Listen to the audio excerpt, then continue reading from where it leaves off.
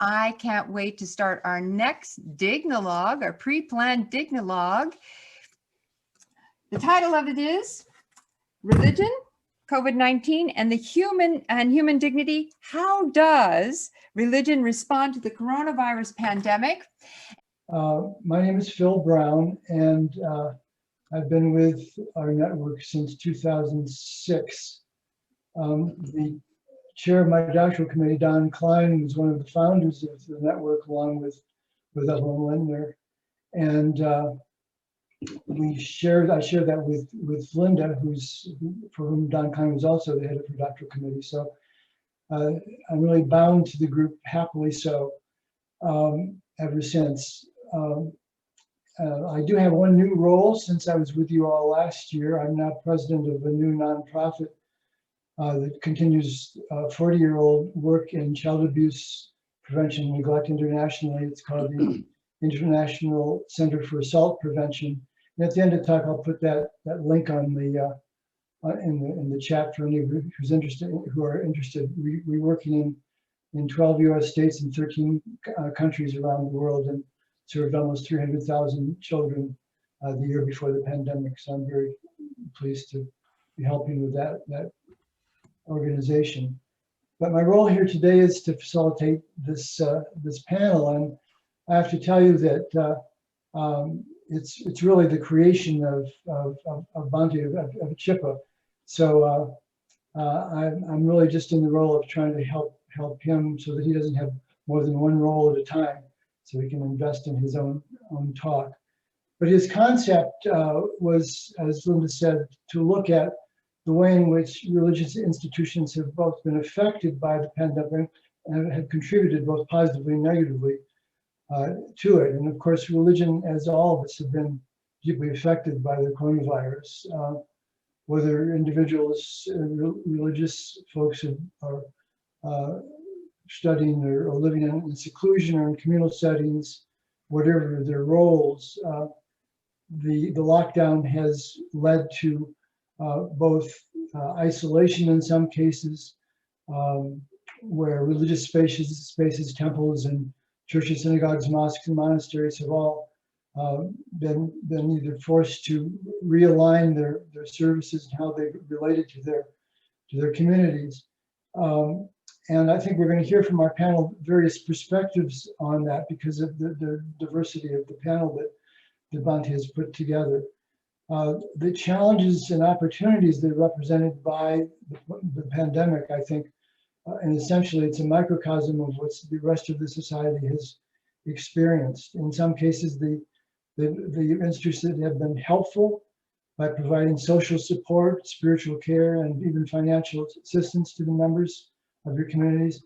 And sadly, in other cases, religions have been misused, and religious leaders have misused them for their own personal profits or gains, or in some cases even have contributed to the spread of the virus. So it's a complex set of issues that we're facing. And I want to introduce the panel to you now. And Reverend Darrell is a graduate of the Christian Theological Seminary in Indianapolis, Indiana. He's earned a Master of Divinity, has served as both a chaplain at 2 hospitals and as co-leader of ministers in training and as a facilitator of pastoral care at the Eastern Star Church in Indianapolis. In addition to your ministerial responsibilities, Reverend Daniel, you've also worked as a social work manager at HealthNet, a company that provides affordable healthcare services to the medically underserved in Indianapolis. So we're so grateful that you could join us as all of our panels. So Reverend Daniel, you're our cleanup hitter, man. And I think one of the reasons I wanted you to go last in the panel is because you really represent a particular institution as well as Christianity. That is, you really are immersed in the direct experience of being a leader in a large church. And so I'd love to hear you talk about that and anything else that you think would be relevant to our topic. Welcome. Thank you, Dr. Brown, and thank you, Chipa, for this invitation. I am humbled and honored to be a part of this esteemed panel to offer Christians' response to COVID-19. I believe most would agree that one takeaway from this pandemic is that it has left the poor and the minorities exposed to another level of harsh living above and beyond what they were already experiencing. The CDC has stated that this virus has impacted the African-American communities in disproportionate numbers. Further, it has been made evident that if you live at 1600 Pennsylvania Avenue, the White House, if you will receive treatment far and above what the average citizen will receive. It is out of this conundrum that the Christian church has been challenged to answer the question that is posed by the First Testament 8th century prophet by the name of Micah, quote, "With what shall I come before the Lord and bow myself before God on high? What does the Lord require of you but to do justice and to love kindness and to walk humbly with your God," unquote. I will borrow from what Dr. Cornel West is known to have stated, quote, "Justice is what love looks like in public," unquote. And I'll put my own twist on that saying by stating, justice is what love looks like with clothes on. What does this public expression response of love look like as modeled by a Christian expression? It looks like a church in the city of Indianapolis, Indiana, located in one of the poorest zip codes in the county, where testing was sparse, who partnered with the Marion County Health Department and opened up its facilities to provide free COVID testing. No money needed, no doctor's orders. Several churches have become food banks for persons who have been impacted by unemployment. With the closing of some of the public schools, an unintended consequence was that children would not have lunch. Church is now, more than ever, a place to go for rental assistance and also free counseling. With the rise of the pandemic, so is the rise of depression and domestic violence.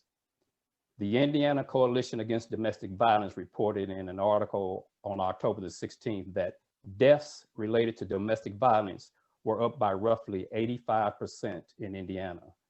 That is huge. Yes, religious institutions are being invited to rethink, to reimagine how to use their facilities. There are no longer places, for the most part, where one can gather for worship as usual. New meaning has arisen out of the ashes of this pandemic. To quote the late French psychoanalyst and psychiatrist Jacques Lacan, quote, "To cure the lack is what religion is designed for," unquote. And there surely is a lot of lack to go around. To a lot of us, it is no small task to wash our hands.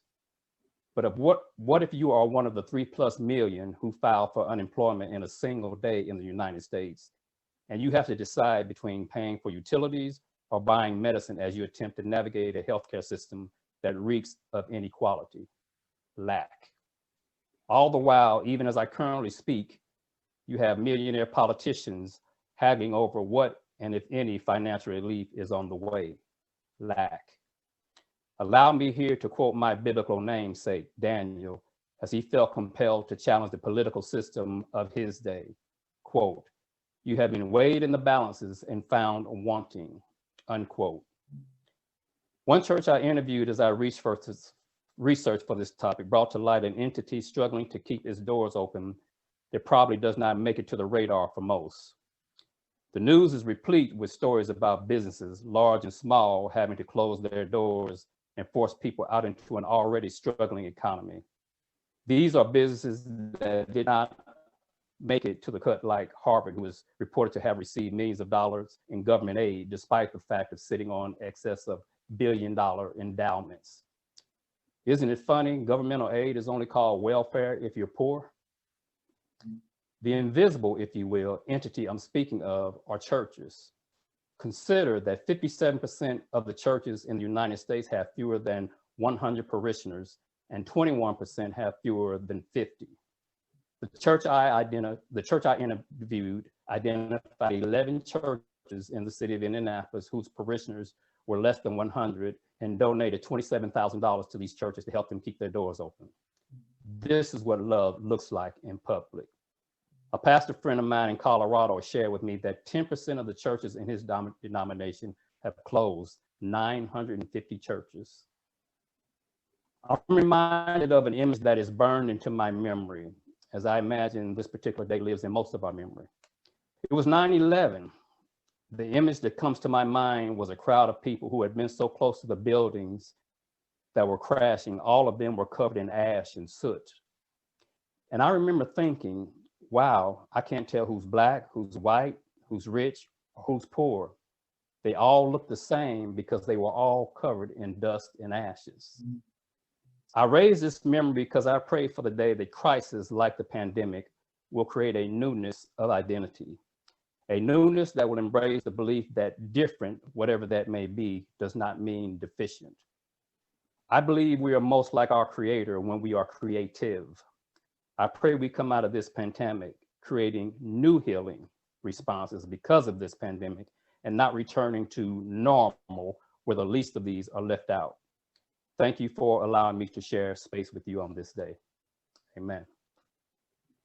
Appreciate so much, Reverend Darrell. You're kind of bringing the reality of how the pandemic has affected your community to us.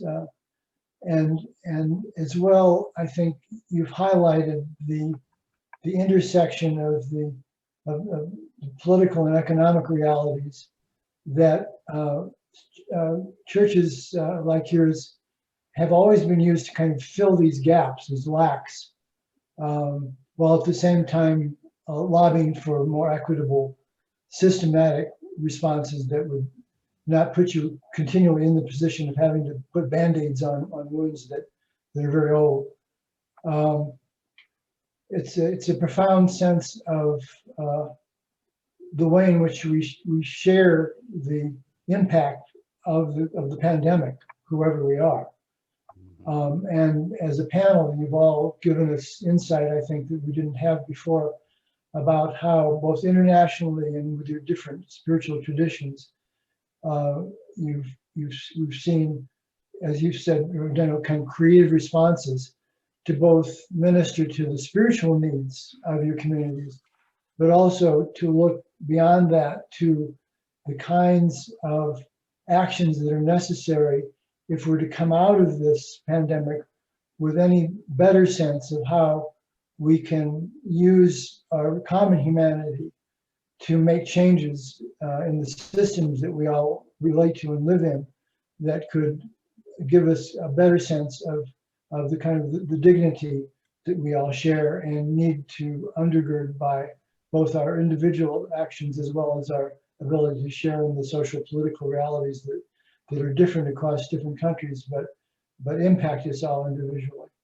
So thank you so much to the panel, and it's been an honor to help facilitate. And thank you so much, Bhante, for giving us all the opportunity to share the wisdom of our panel. Linda, send it back to you. I'm joining your spotlight just to say hooray. What a powerful panel we have here. What important concepts. And I'm so eager to move into our connection and reflection groups, our breakthrough rooms. So Bill, do you have anything you want to add and help us think about our conversations going into these rooms? Well, and I think the panelists have set the stage well. I think it'll be interesting for you. I guess I'm trying to empower you to, in your breakout rooms, to both think individually about your own spiritual inner life and how it's impacted you, and as well how your relationships with other people and their spiritual traditions may have assisted you in looking more broadly at how we're going to make this through this together. Perfect. Thank you so much, Phil. Hey, everyone, please give this group a big round of applause, a heart, thumbs up, whatever you would like to let them know what a powerful